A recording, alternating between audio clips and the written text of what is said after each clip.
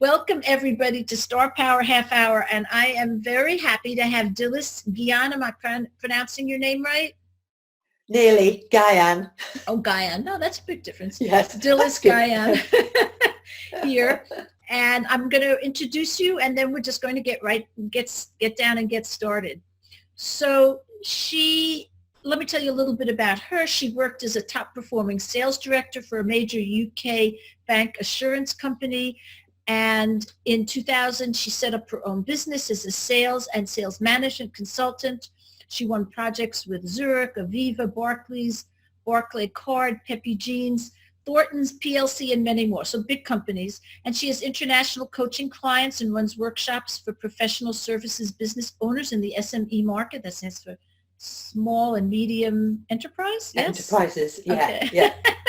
She is a highly sought after speaker and a course director for Chartered Institute of Marketing. And she's going to be talking about how you can attract your ideal clients with ease, how you can learn to avoid the three massive mistakes even smart business owners make that keep sales stagnant and profits paralyzed. And she spells that with an S.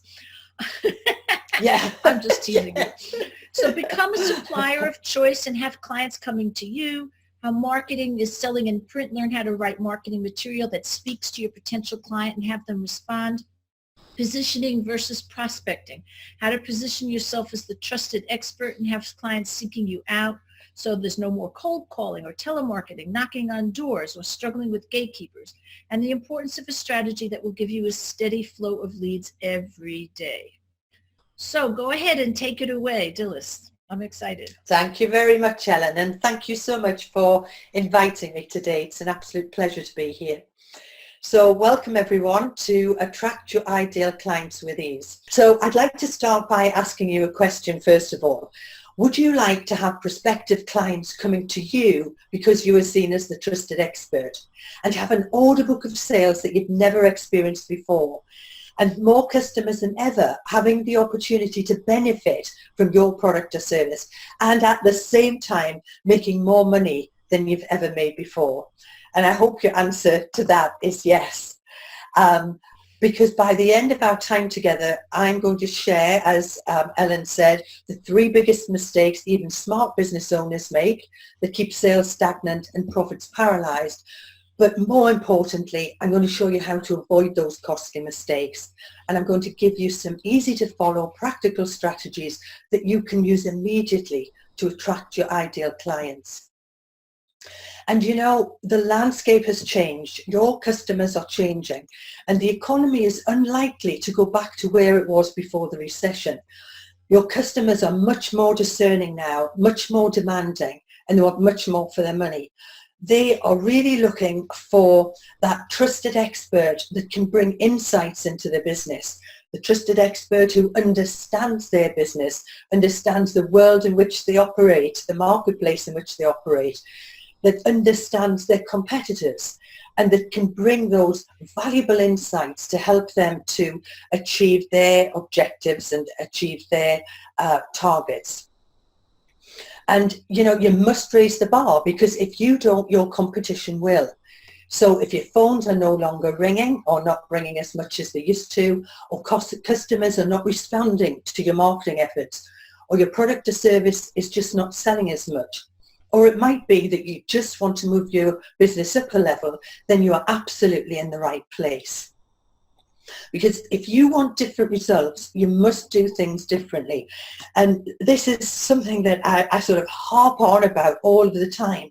You know, you can think about doing something for as long as you like, but until you take action, nothing changes. So I'm going to say this again. If you want different results, you must do things differently. So let's just, if I could take a few minutes really just to share with you my background, just so you have context of who I am and why I might be worth listening to for the next half hour. I'm just going to take a drink before I do that. Okay, me too. So if you cut me in two, I've got, well, first of all, my name is Dilys Guyan. There's no Welsh, no French connection. I'm actually from a little village in the northeast of England, but I've lived in Oxford for the last 30 years. And if you cut me in two, I've got sales and sales management and marketing running through my veins. It's just what I have always done.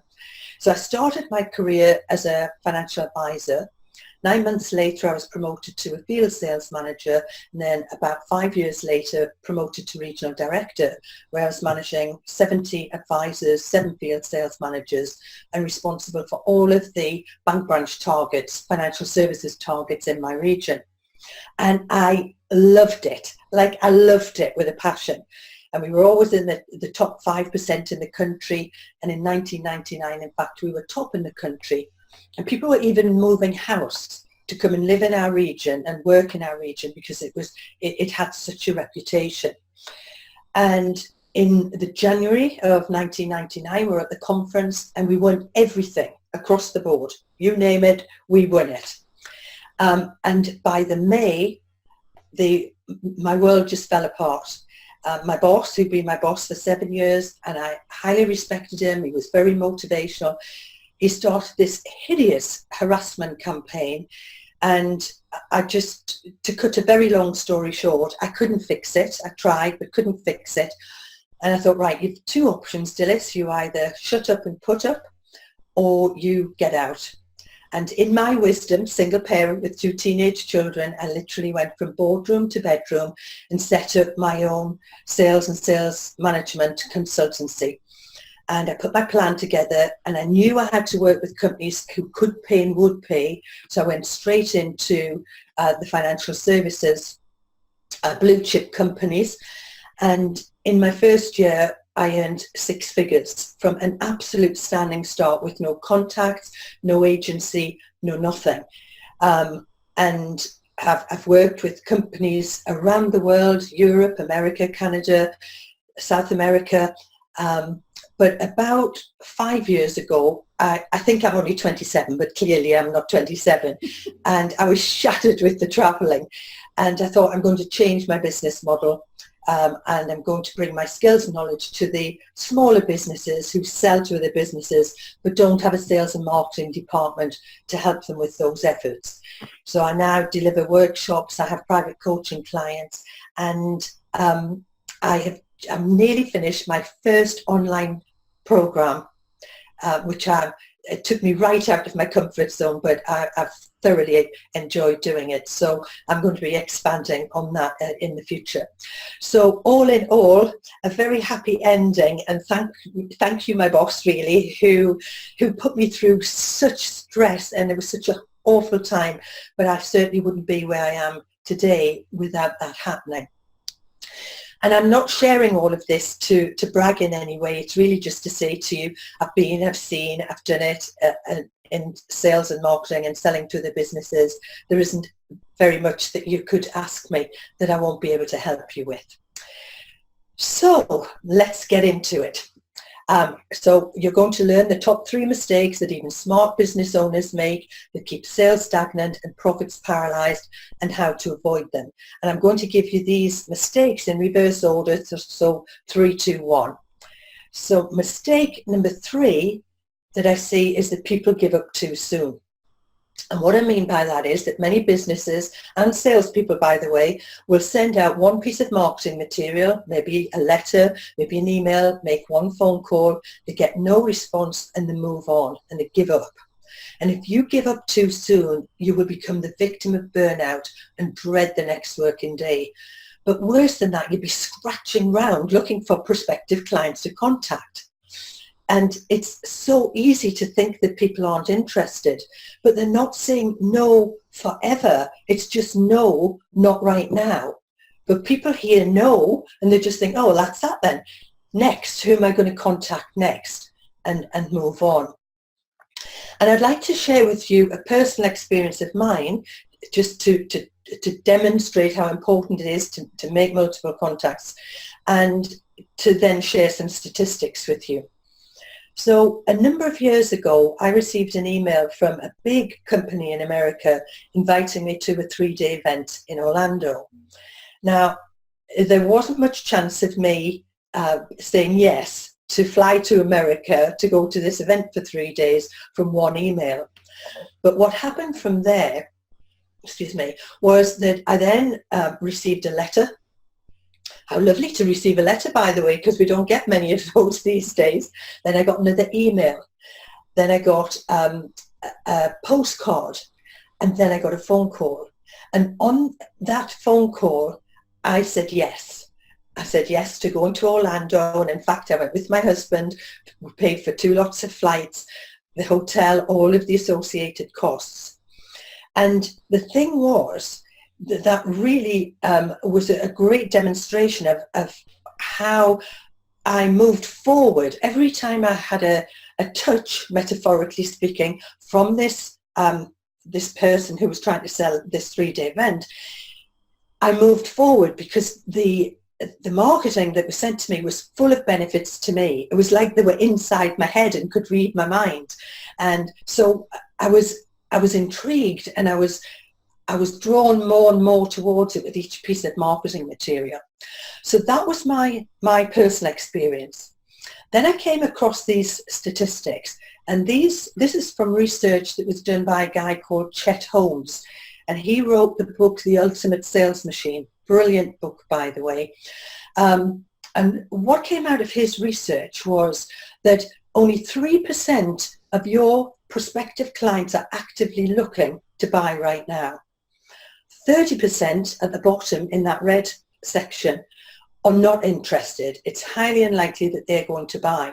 But you've got 67% in the middle there, 7% of which are open to buying, but not looking right now. So that could be, let's say, a lady who's pregnant with a sports car, and she knows she's going to be buying, but she's not right now. She's not looking yet, but she will be buying when she has a baby and she needs a bigger car. In the pale blue section, the 30%, they're not thinking about it. They do know that they've got an issue, but if everything else is going on, they're so busy, they haven't got round to doing anything about it. And a great example of this is my son-in-law, who's a lawyer, and we were talking about his printing machines, and he was telling me how they kept jamming and the time it was taking. But he was so busy with everything else, he just didn't get round to thinking about making the change. And the next 30% in that purple section are people who don't think they're interested because they don't really know about your product or service. And a great example of this is my husband, who used to be in the Marines, and he has a problem with his hearing. And we used to have the television up at full tilt until one day he read in this magazine about these TV ears, and they're like these things that they're a wireless gadget, and you connect them to your television. And so we have normal sound now, and he has his TV ears in. He would have fitted into that section of 30% who didn't think he was interested because actually he didn't know that it was available. So what this is saying to you is, if you just go after that 3%, so these are probably leads that are coming into your business from people who are interested in your product or service, you will very possibly get into a price war because you'll be up against competitors, because the chances are they're going to be looking at different providers of your product or service. That 67% in the middle, if you can educate them with your marketing, just like the guy who was sending me the information to go to his event in America, he was educating me with every piece of his marketing, with talking about the problems that I had and the benefits that I would get by going to his event. So this, again, is just really confirming how important it is not to give up too soon, because the people, they will move through a cycle, and it might be that in the 7% they will, because you're keeping in touch, you've created that top of mind thinking, and in the other 60% the education itself moves them to come to you and look at your product or service. And then the last statistics I'd like to share with you is some statistics from the National Sales Executive Association that said 48% of people never follow up with a prospective client. How hideous is that? 25% never make a second contact, and 12% only make a maximum of 3 contacts and stop. What they also said was that only 2% of sales are made on the first contact, only 2%, and 80% of sales are made between the 5th and 12th contact. So if you are only making contact with your prospect once, then you are leaving 98% of business on the table for your competitors actually to come along and pick up, because you've done some initial groundwork there. So my question is, how many prospective clients are you losing just because you gave up too soon? So here's what to do. Create a written multiple contact strategy that includes both online and offline activities. We've never had as many opportunities now to get in touch with our clients. And, you know, we've got letters, emails, postcards, telephone calls, social media, ads, you name it. There is a plethora of marketing opportunities. So have your written multiple contact strategy, vary your methods of follow-up, and highlight different benefits so that you're adding to that, that education for your client. And you will create that top of mind thinking where your customers will remember you when they think of your product or service. So just to recap, never assume the answer is no forever. Often what you perceive as a no is really just no, not right now. And as Brian Tracy said, sometimes your greatest asset is simply your ability to stay with it longer than anyone else. So that's mistake number 3. So let's move on to mistake number 2. No customer focus. And what I mean by that is when businesses are trying to attract new customers, their message is often focused on the features of their product, or it's all about me, or it's all about my company. And I took these examples from real websites. We are solicitors who've been in business for 25 years. Well, who cares? You could have been in business for 25 years and been very mediocre. I love this one. We specialize in visioning, team building, and strategy development. Now, which of your clients wake up in the middle of the night with that business worry that we get, thinking, I know what I need some visioning? I don't think there's many people will be thinking that. And here's another one. We're a financial services company who deliver a responsive service, supply you with commercially sound, proactive advice, and build long-term relationships. Again, who cares? It doesn't resonate. It will just go over people's heads. Because your customers don't really want to spend money on your product or service. What they want are the results that your product or service will bring. They want their problems solved. They want to achieve their objectives by using your product or service. And, you know, it was the same in the early days in financial services. And I realized very, very quickly, actually, that nobody wanted a life assurance policy or a pension or a life assurance, an investment. What they wanted was a financial safety net that would replace their income if it stopped for whatever reason, whether that was death, sickness, or critical illness. And they wanted that financial safety net that would allow them to pay their bills and all of their financial commitments. That was what they wanted. So in review, if your message is focused on you or your company and your product or service, then your potential client won't read it, listen to it, or buy it. Your marketing messages must answer the questions that are bothering them, so they are relevant and it resonates with them.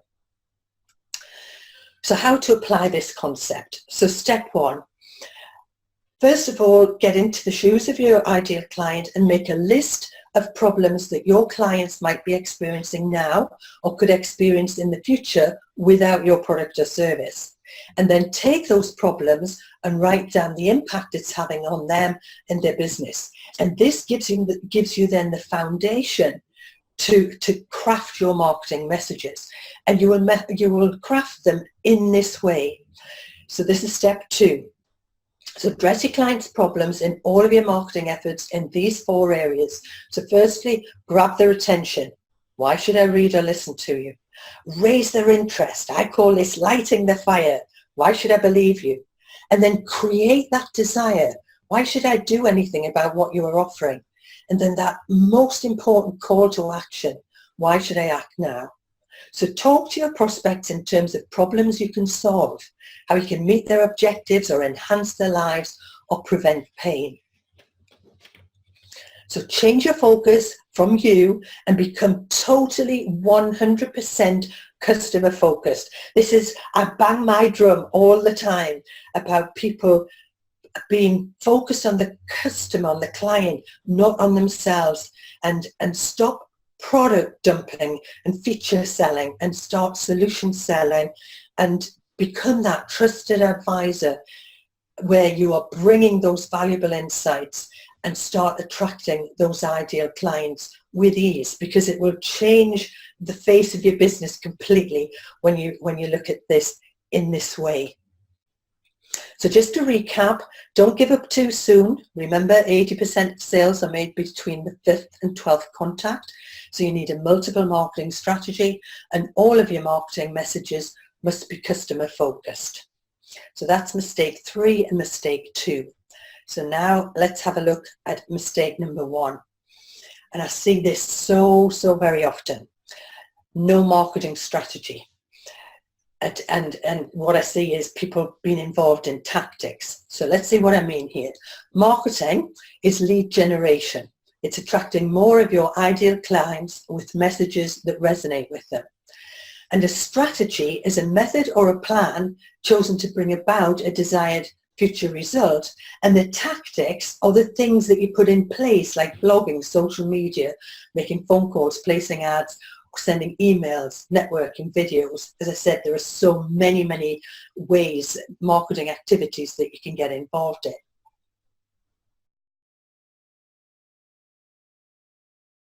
Finding the right strategy, or should I say the right strategy, crafting that right strategy, makes any tactic work better. And the right strategy puts less pressure on executing your tactics perfectly, as said by Seth Godin. And without a strategy, your tactics will end up being a lot of random activities without purpose. And what will happen is you get lost in the noise that's out there. It is such a noisy place out there. And you'll end up getting the same results as you've always got. And in fact, you could get worse results if all you're doing is tactics without a strategy. And you'll end up becoming overwhelmed and dejected, and you'll have exactly what you have now, but you'll degrade the energy and enthusiasm that you had for your business when you first started. But what I see so very often is businesses where they suffer from these peaks and troughs of cash flow. And the sad statistics are that 80% of businesses fail because of that poor cash flow. And I'd really just like to share quickly a story about my client Anne, who was nearly burnt out when I met her, totally committed and passionate about what she does, but she wasn't getting anywhere near the income that she wanted. And she was absolutely the best kept secret I've ever met. And she was busy, you know, with blogging, and she was doing videos, she was sending emails, she was networking, but it was like it was just all disappearing out into the ether because it was so random. She didn't know who her ideal client was, and the messages were so generic that they actually didn't land with anyone. She had no plan, no strategy. And so it's no good doing the same things and expecting this, different results. So here's your basic strategy. First of all, make sure that you have written a clear plan for your business. And there was some research done by Harvard Business School, and they researched students who'd gone through the school and had, I think it was 10 years later, and they found that only 3% of their students had written a plan. And those 3% were earning more than the other 97% put together. So that alone has to give you confidence in taking time to write a plan. And at the end, we're going to do Q&A, and I would like to ask how many of you have actually got your plan written down so that you know where you're going. And, you know, so that you know this is the next step, this is the next step, this is what I'm going to do, rather than randomly being all over the place like my client Anne. And then the next thing is to define and research your ideal client. And it's so important to understand who your ideal client is. I don't know whether I've got time to, have I time, Ellen, to tell a story about this? I don't know how many more slides you have, so it's hard for me to know. Okay, 3. Yeah, sure. I'll Go tell ahead. you. Quick story. Okay, Yep. okay, quick story. Son-in-law started his business as a carpenter builder. And after a little while, I said to him, how's it going? And he said, I am sick to death. He said, I've got clients who, he said, they ask me for a quote and I spend hours putting the quote together only to find out they've got no money. Or they want additional jobs doing throughout the job, but they don't really want to pay for it at the end. Late payers, and I'm having to spend time chasing these late payers. He said, oh, doing jobs that actually I don't even like doing. He said, and worse, he said, I realise that I'm doing jobs that are not as profitable as they should be. I said, right, okay then, so tell me about the people that you love working with. He said, oh, I love working with Mr. and Mrs. this, the roof light company, so on. So. And he gave me about 5 or 6 people that he loved working with. And I said, right, let's sit down and look at the commonalities and work out why you love working with these people so much. Who are they? How do we identify them? And it turned out they were all over 40, all professional, all earning over £50,000, all living in the affluent villages in a 20-mile radius from where he lives. All of the jobs were profitable. They all paid in on time. They all valued what he did, and they all gave him repeat and referral business, and they all absolutely loved him and paid promptly. All of the things that he was dissatisfied with the majority of his clients. And so then my daughter, who does all of the kind of marketing and stuff, she started focusing her marketing on the villages where those affluent clients lived. But in addition to that, what I said to them was, I want you to stand in the shoes of one of your ideal clients and tell me what their thought process is when they're going to have a beautiful oak conservatory built. What are their concerns? And so we listed those out, and Helen puts that into what she calls her value letter, and that goes out with every quote that they send out. And their business, you wouldn't recognise it actually. They now have lads working for them, and it just went on an upward trajectory like that because they understood who their ideal clients were, and then they could create compelling marketing messages to include the 4 essentials that I just mentioned before. They put a multiple marketing strategy together. So they do, they send letters, they send emails, they have a big ad in a magazine that goes out to these affluent people. And they've got all sorts of stuff going on to bring people in and to be able to give quotes. And they're now at the point, and they've got men working for them, but they're at the saturation point now.